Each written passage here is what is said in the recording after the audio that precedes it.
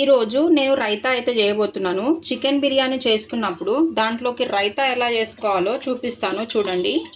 Easy అన్నమాట. దాంట్లోకి కొన్ని ఇంగ్రీడియంట్స్ కావాలి.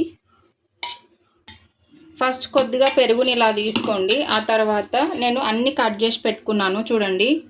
ఆనియన్ స్లైసెస్ లాగా కట్ చేసుకోండి, సన్నగా, ఎంత సన్నగా అవుతే అంత సన్నగా. గ్రీన్ మిర్చి ఇలా కట్ చేసుకోండి. అండ్ కొత్తిమీర వచ్చేసి వాష్ చేసుకొని ఇలా కట్ చేసుకోండి. ఇప్పుడు ఇవి మూడు ఒకే దగ్గర ఫ్యాట్ సాల్ట్ వేసి మంచిగా మిక్సప్ చేసుకోండి. హ్యాండ్తోని మంచిగా నలపాలి. ఇలా మంచిగా నలిగిన తర్వాత మనం ముందుగా పెరుగు తీసుకున్నాం కదా, అందులోకి ఇది వేసి మంచిగా మిక్స్ చేసుకోవాలి. ఈజీ అన్నమాట. రైతా బిర్యానీ చేసుకున్నప్పుడు దానికి కాంబినేషన్ వచ్చేసి ఇది చాలా బాగుంటుంది. ఇప్పుడు మంచిగా కలిపినను అన్నీ మూడు ఒకే దగ్గర. ఇప్పుడు ఇది మనం పెరుగులో వేసేసుకుందాము.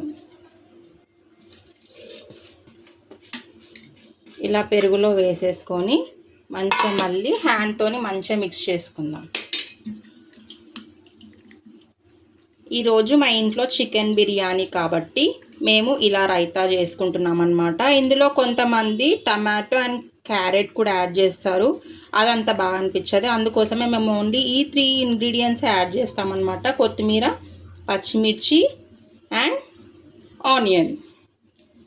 మీకు మరీ పెరుగు చిక్కగా అనిపిస్తే కొద్దిగా వాటర్ కూడా యాడ్ చేసుకోవచ్చు. సో ఇలా నేను కొద్దిగా వాటర్ కూడా యాడ్ చేసిన. ఆ తర్వాత స్పూన్తో ఇలా మిక్స్ చేసుకోండి. సాల్ట్ మరీ ఎక్కువగా వేసుకోకండి, ఫ్యాట్ సాల్ట్ కాబట్టి లైట్గా ఇలా వేసుకోండి. రైతా రెడీ.